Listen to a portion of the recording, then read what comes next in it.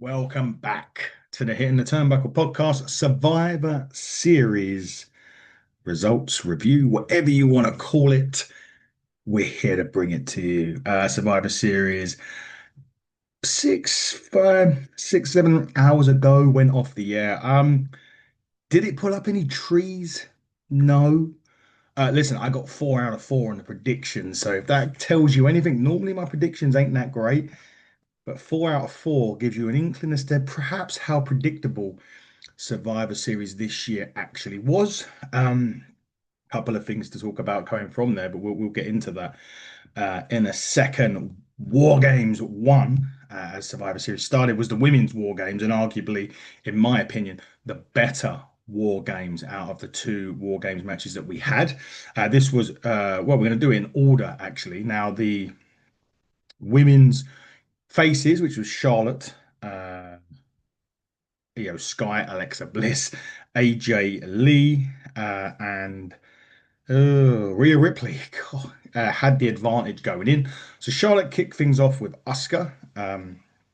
Those two really rekindling a feud that went way back. I mean, Charlotte was the first person to beat Asuka in the WWE. Full stop. She had the run in NXT. She had the run on the main roster. Comes up to Charlotte Flair at WrestleMania, and Charlotte beat her, tapped her out, if memory serves me correctly, at WrestleMania. So they rekindled their rivalry this on SmackDown, where Charlotte won the advantage, and these two kicked off the women's War Games match. Io Sky was next out, Becky Lynch out with a kendo stick. What I found quite funny actually in this one, Alexa was the next woman out in this, but the first four were literally doing entrances. Now remember that the faces in this, Charlotte and Charlotte's team had the advantage. So when Becky comes out, Io Sky obviously is sorry, Asuka is obviously on the receiving end of a beating. So you would think in your right mind, why would you do an entrance?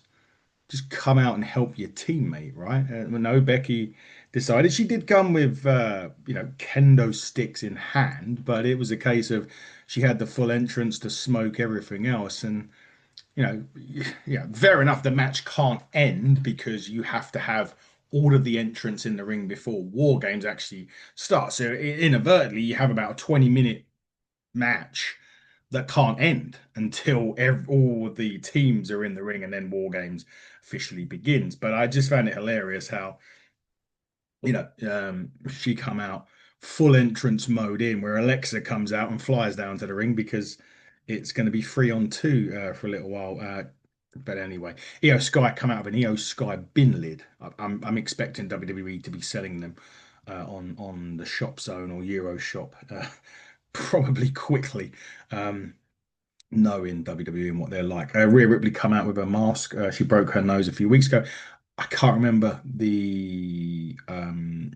there was a meaning behind it. It's one of her favorite programs on TV. Forgive me, I can't remember what it was. Anyway, Alexa comes out running to the ring. Kairi Sane then comes out with chain around her neck. That chain was utilized quite a lot during this match, actually. Followed by ZAJ Lee, then Nia Jax. And then Rhea Ripley, who comes out with bins and kendo sticks and everything else. And then the final entrant was Lash Legend. Now, Lash has been on NXT. She's recently come up to the main roster, and I believe this was her first match on the main roster. Now, if you want to know if WWE's got, where they're positioning the people, to have this one as her first match was it's quite I think it gives you an idea that they feel very highly of her and perhaps big things are planned for Lash Legend. To be quite honest with you, I watch NXT sporadically. I didn't see a lot of her, so I can't comment on how good or whether or not she's ready, but she's certainly got the look, which is a thing. Not sure. Is her entrance Death Rebelled? Because if it is, can you give David Bartholomew and Will Scar a call and get them to change that entrance? Because I'm not quite sure what you would call it, but yeah, it wasn't a great entrance music. I don't know. Maybe it's because of the crowd where we were. They're in San Diego, 47,000 outdoor arena. Maybe the music didn't play. I'd have to listen to it on YouTube, but I wasn't a fan of what I heard of it anyway. But It is what it is. War Games then officially begun, and as I said, this was the best War Games match out of the two. The women, I always feel as if the women have a point to prove in these matches. I don't know, maybe I'm wrong, but they always deliver a lot better in these types of matches than the men. Maybe the men's one was a bit too predictable. We'll get into that at the main event, but the women left it all in there. This was great. I love this. Io Sky done her traditional fly off the top of the cage under a bin moonsault. I was glad. When you do that, what you got to remember is, although the people they're waiting to be fair, and that's the kind of not a criticism of it, but it's kind of like they're standing there waiting for Io to fly off, and you move out the way, she's coming. Um, However, it's a dangerous spot to do because Io's technically blind when she moonsaults off the top of the cage onto the women who caught her brilliantly, by the way. It was a great spot. It looked fantastic, but there's also obviously all high risk maneuvers have an aura of issues if it goes wrong. This even more so because you are really reliant on the A, making sure you hit the move perfectly, and B, the people underneath catching you, to want the better phrase. So well, kudos to all the women on this because they delivered a great end, not even the ending really, to this match, but it was a great spot to have. Eventually, Becky is kind of left on her lonesome, not because anyone's escaped the cage, because if you escape the cage, which Becky did try to do during this match, you actually forfeit it. There's no escaping the cage is the wrong thing to do in the War Games match. So it was an interesting concept there. I did like that though because you forfeit. She did try, but and it was quite interesting. I was wondering why they were fighting her. If she wanted to escape the cage, let her escape the cage because she loses the match. Makes sense, right? Well, go for it. Go and climb it. The moment your feet hit the floor, this match is over and we win because you forfeit. So I was a bit kind of, that I suppose would you I wouldn't say mentality, but a lot of people would say cage match mentality would always bring that. But if you had a bit of inkling in your head, you'd be like, go right ahead, Becky, like go eliminate, do it because we win the match. But nevertheless, they didn't. They brought her back in. There was a manhandle slam by Ripley. Her and Charlotte, cohesive unit in this as well. There was obviously the issues around it beforehand where these two going to get along, and they did. Um, I think it's for the greater good, right? They don't really like each other, but for the greater good, we're going to do it for this particular match. Becky manhandle. Becky gets manhandle slammed, and then AJ Lee hits the Black Widow. AJ Lee also, on her way out to the ring, was kind of prohibited from getting in, so she went over the top. That's okay because she was coming into War Games, and War Games hadn't officially started at that point. But Becky taps out to the Black Widow, and the faces. Becky, Team Charlotte, Team AJ, Team whoever picked up the victory in this match. It was, I don't know whether like, usually it's groups, right? There's usually factions, and that's the only thing. This was kind of like a few randoms. I don't mean that in the best, in the don't mean that fairly, but random people involved. Really, not much of a. There was a story somewhere in this. In some instances, there wasn't. Nevertheless, a really good start to War Games and a good victory. What happens from here, though, I don't know. Jade Cargill, obviously the women's champion on SmackDown, and she was kind of getting involved with Chelsea Green this week. Is Chelsea Green a face now? I don't quite know. It's a bit of a confusing scenario in the women's division at the minute, so that needs to kind of put out. But Lash Legend, a really good, solid beginning to her main roster stance. Hopefully, they've got plans for her because that's been a WWE's biggest downfall, even with Triple H running things, and he was in NXT. The biggest issue they always had was calling people up and having nothing for them. Hopefully, they've got something for Lash. Her and Nia Jax as a tag team, by the way, that works. I could see that working. Not quite sure on Nia's choice of outfit on this one, I have to say, but her and Lash Legend as a tag team, that might be something to keep an eye on as we push forward to Royal Rumble season, which is next on the list, which I can't wait for. My favorite pay-per-view of the year, the Royal Rumble. Looking forward to that one. Intercontinental Championship time on Survivor Series. John Cena's last ever PLE. He is doing Saturday night's main event. That is not a PLE. That's a special. So there's a difference between the two. He was defending his newly won to an extent Intercontinental Championship. It was first defense, really, against former Intercontinental Champion and the person that he bought it off, won it off. Sorry, Dominic Mysterio, still Triple R Mega Champion, of course. He come out with Raquel Rodriguez and Roxanne Perez. Cena loved it. The entrance was cool. It was like, he knows everyone, and everyone kind of knows we're 2 weeks away now of arguably the GOAT in the business, his last ever match in the WWE. And unlike most, this will be his last ever match in a couple of weeks' time. Whether you cheered him, booed him, the one thing you always do is respect him. And I'll be saying that when I do the Saturday Night's Main Event review in a couple of weeks' time on this channel. And this match kind of went the way of pretty much all of Cena's matches in this retirement run, barring probably Brock Lesnar's. Ref bump, Cena hitting the moves that he normally hits. Lots of false finishes, lots of hitting the move several times. Dom hits lots of 619s in this, hits a few frog splashes in this. Um, like I said, ref bump. Roxanne and Raquel get involved. Dominic Mysterio fake. I say fakes an injury. I'm not sure if he faked this one or whether or not they kind of turned it into a fake injury angle, because there was a point during this, quite early on in this match, where I think it was, Cena done a Hurricane Rana with Dom was sitting on the barricade, and Dominic sort of landed on his shoulder and his head, and we wasn't quite sure at this point whether the match was going to continue. The ref was out there, doctors are out there. Raquel Rodriguez and Roxanne Perez. Then Raquel hits the Tejada bomb. Roxanne hits Pop Rocks, and then Dominic sporadically pops up, hits the 619. Referee ejects Roxanne and Raquel from ringside at this point. Again, I don't know whether it was a faked injury angle or whether it was let's turn it into one, because he may have got a stinger. I'm not quite sure. It didn't look good.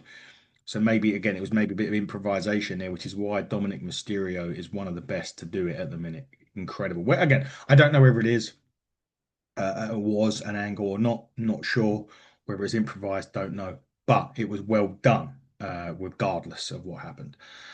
So they ejected him from ringside. Cena takes control in the match, and then as I said, that there's that ref bump. He was doing his 6 moves of doom. Was doing one of the shoulder tackles. Dom moves out of the way. Ref gets hit. The match goes on. Cena has he has the STF locked in. Out comes the Judgment Day, Finn Balor and JD McDonough. They try to double team Cena. It doesn't actually work. JD tries to hit a moonsault. Cena moves out the way of the coup de grace. They're both backed into a corner. Cena attitude adjustments both at the same time, which I thought was tremendous, by the way. This is why the ref was still down. And then out comes the returning Liv Morgan. She comes in the ring. Dominic's really pleased to see her. She's smiling at Dom. She slaps Dom around the face, and everyone at this point's going crazy, thinking this is going to be, wow, this is the end. She looks at Cena. She smiles at Cena. She hugs Cena. And then they do that spot where the camera zooms in on the face of the person that's hugging the other person, which in this case was Liv Morgan, and her eyes changed. A lot like Cena's face changed that time when he turned heel, in the really disastrous heel run, really, against Cody. But her face changed. And then, of course, she drops off Cena, she smiles, and she boots him in the balls. Again, you're looking at the Cody thing all over again. And then Dominic hits the 619, hits the frog splash for the victory, and thus becoming a two-time Intercontinental Champion, reunited with Liv. Now, that does make things interesting going forward on Monday Night Raw, because obviously Roxanne and Raquel was like really warm to Roxanne. If you remember when Roxanne first come into this, Raquel was very much against it, but she was warmed to Roxanne. So now Liv's back. What on earth is this going to do for the Judgment Day? Are we going to end up like a bit like an NWO, where we have like a Judgment Day split, and there's still going to be the Judgment Day, but there'll be two different Judgment Days? I don't know whether WWE would look at doing that, but it's two more merchandise. I think I should take a cut of some of this merch that I'm thinking of for WWE here, but Dominic regains the Intercontinental Championship off of Cena. They done this purely to give Cena the Intercontinental Championship and to give him the Grand Slam that he deserved but never got. So I get some people moaning, what was the point? Well, the point was to make Cena a Grand Slam champion. No qualms from me. And it shouldn't really be no qualms from anybody else. That he should never, Cena shouldn't be in a position where he never had, it was the one that got away. If it was a world championship, maybe not the Intercontinental, and that's not a disrespect to the Intercontinental Championship. I love the heritage of the Intercontinental Championship. I love what it means, and it certainly looks that way for Dominic Mysterio because the Intercontinental was always that one before the main. It was, can you handle this before we push you to that? And I think Dominic Mysterio may be in the. It wouldn't surprise me if Dirty Dom wins Money in the Bank next year. Maybe even bookmark this. Dominic Mysterio 2026 Money in the Bank winner. And because if there's anyone that can do it that's hated so much and can do it in such a cowardly way, it's him. And he's built himself up to this. And I personally think Dom Mysterio would be perfect for Money in the Bank 2026, the winner of the Money in the Bank 2026, and thus then becoming World Heavyweight Champion at some point along the line. Anyway, he is now two-time Intercontinental Champion and still the Triple R Mega Champion. And John Cena has one last dance in the ring. Who is it going to be against? Well, that tournament is still ongoing across Monday Night Raw and SmackDown. It's still likely to be Gunther. Sorry to disappoint anyone that's thinking anything else. But injuries aside, it's probably going to be Gunther.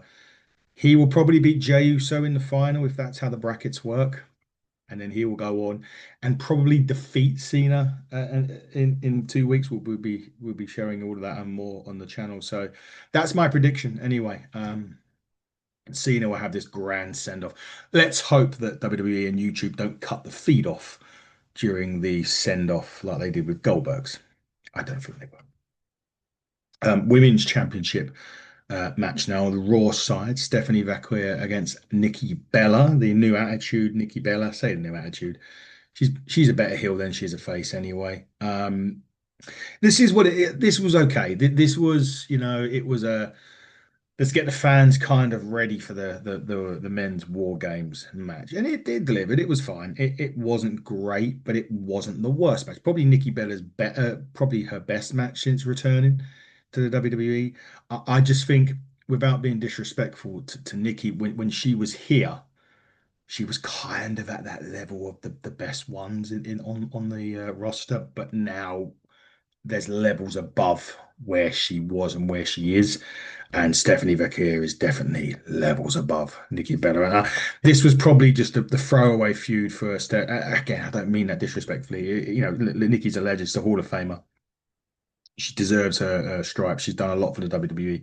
She put WWE on a platform from a reality-based perspective.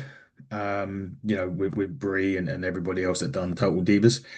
That was perfect. But the elevation of the women's wrestling in WWE has evolved so much that she's just not at the level of the best. And look, she's at the back end of her career, and she'll probably be the first to admit that. But she's doing it, and she's still getting in there, and you have to respect it for what she's done. This was good. Nikki as a heel works much better than Nikki as a face, and that's exactly what this did. But there was never in doubt, in my opinion, that Stephanie Vaquer was going to retain the women's championship. She does hit two devil's kisses in this, one on the announce table and one in the ring before hitting the corkscrew moonsault to finish things up. I'll be interested to see who's next for Stephanie on this. I'm not quite sure where they're going or who with. I mean, there's potential dream matches here. There's Rhea Ripley, of course, that could go in there. Liv Morgan could, another one that could, now she's back. Roxanne Perez. There's lots of opportunities now. The division is stacked really on Raw. More so on the Raw side than SmackDown side. I believe where they're going with Jade Cargill at the moment is trying to build her up into that monster that she was in AEW. So that would mean lots of kind of not throwaway matches or throwaway defenses, but lots of matches to keep that win streak going and to build her up to probably a WrestleMania match where she may drop it at WrestleMania. But the idea would have thought would be to build Jade up to this indestructible monster to have somebody then come back or win the championship from her, potentially. Stephanie Vacquer, on the other hand, maybe even Julia could be that person. She's been a disappointment, I think, for me in the women's division since coming into WWE. Julia, I'm not sure what is it, Kalana James, what she brings to us as a table. I don't know if they're still together on it, but I'm not quite sure what she brings to Julia. Julia even need that? This is the type of thing I don't like when the WWE does is put random people together like that. I'm thinking, well, why is this? Julia is a wrestler, is one of the probably in the top three of their top three or five of the women's roster. She doesn't need it. And Stephanie Becker hasn't got it and she doesn't need it either.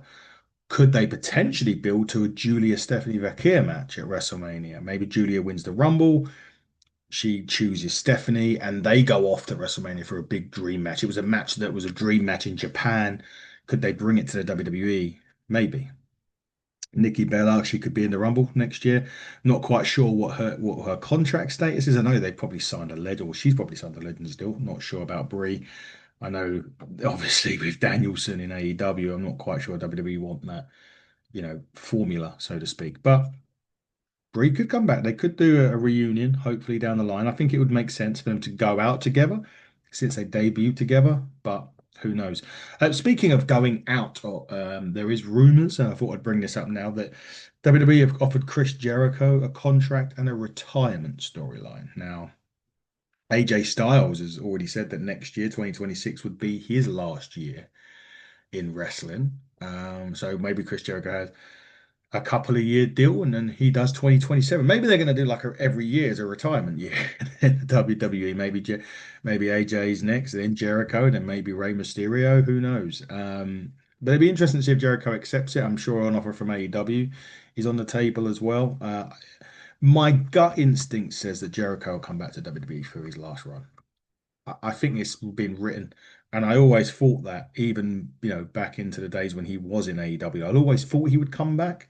I always feel as if WWE is his home, but who knows? That is well, it is what it is, really. With Chris Jericho, will he end up in WWE? Will he not? Time will tell. I believe if rumors are right, his contract is up in December, end of the year, maybe. So it's a shoe in for a Royal Rumble return. Or would they do that with the Royal Rumble in Saudi Arabia? Saudi Arabian fans would love it, by the way. They love a bit of nostalgia, but would it be better? Hey, they could do another countdown on Raw to the 1st of January Raw, maybe, and Jericho could come back in. It'd be too obvious, I know, but I don't know. And more importantly, what music would Chris Jericho return to? Now, that's a debate in it. You could have a podcast debate on this itself. Would he return to Break the Walls Down, or would he return to Judas from Fozzy? There we go. Anyway, let's get on with the men's War Games match. Oof, I didn't like it, I have to say. Look, Punk's out first, a bit like AJ Lee. He climbs the cage to get in. Him and Braun started off. Now, remembering that Team Vision have the advantage, which I felt was weird. Punk coming out first. I always thought the team with the advantage comes out first, which kind of threw me at the start because I was like, I'm sure the Vision have the advantage, and they did. Braun was out first, then Drew McIntyre comes out, then it was Cody. I was quite surprised. I thought they would have done the Usos first too, maybe Jimmy and Jay or Jay and Jimmy, and then Cody. I always knew in my head that Brock and Roman would be the last two on each team to come out. And they was, to be fair, it was as I said, Braun, then Drew, then Cody, then Logan, then Jimmy, then Bronson, then Jay. Uh, I'm getting a bit tired of this whole. Do you remember when Carmella and R-Truth used to do dance break or whatever it was, even if it was during a match? But now during a match, they seem to say, "Oh, hang on, let's play Jay's music." He does the whole thing with his hands, and then the music plays, and everyone does all this shit. Um, and that's exactly what happened in this. And to be honest, the best part about it was when Brock's music come and cut it all off, and Brock come out. I just thought like this is meant to be like war games, and you're kind of treating it like a joke because his music plays halfway through. Why don't you just play it through the whole bloody match if you're going to play it? Like you remember when New Jack used to do it, and his music used to play throughout the whole of these matches in ECW, whether he won or lost. Do that. I don't like it. The crowd are all over it. I know that, and that's probably the images WWE want to capture from it. But I just think, come on, man, this is War Games. Don't make this out to be a joke. But they did. They done it, and then Brock's music come in, and that's the best part. When Brock come in, he decimated everyone. There was a couple of Germans that were slightly squeamish. So I think Punk had a bad one. Jay Uso also ended up on his head at one point, I think, or his shoulder during it. And it was always going to be set up for the probably the great one of the greatest feuds of the 2020s, shall we say? Brock and Roman. Roman's music hits. He comes out. Brock exits the cage. Now, don't forget, War Games hadn't begun at this point, so he could exit the cage, exit down the stairs, and them two, Roman Reigns, Superman punched him in the eye away, and that kicked off. As soon as that kicked off, and he had a couple of bits of offense, Roman, he was F5 through the announce table. Brock F5s everybody in sight.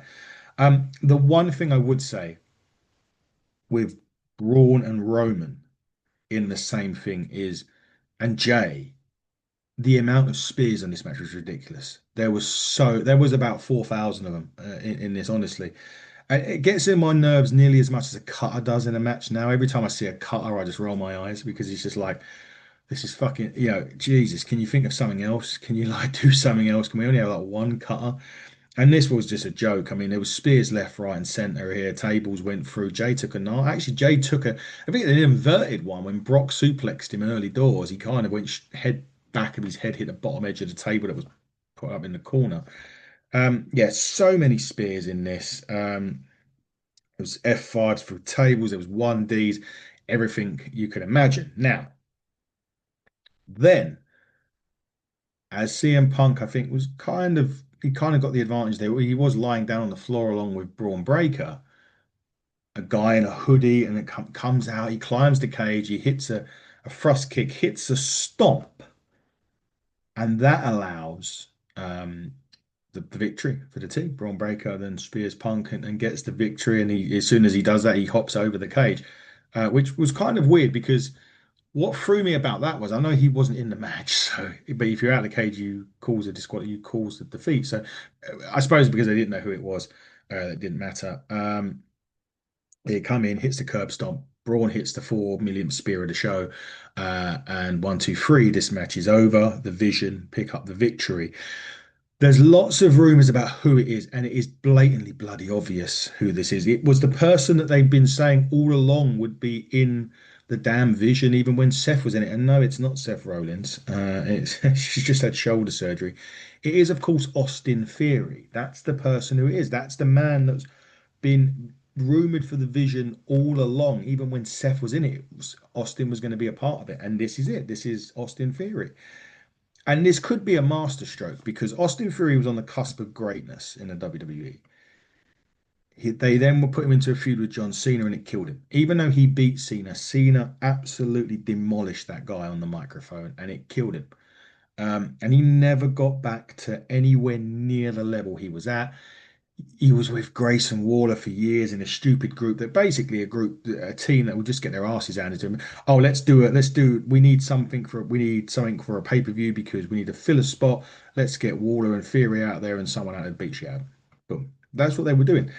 Austin Theory's always needed something to bring him back to the table. And this for me is perfect. Perfect opportunity now for them to reignite the career of Austin Theory. He's got plenty of gas in the tank. Obviously, he's not nowhere near the end of his career. He just needed something to get him to where he needs to be. And this, for me, will be the second coming of Austin Theory. Third coming, maybe. He's had a lot of chances. I mean, they sent him back to NXT once. They brought him back with Seth Rollins as well, COVID times.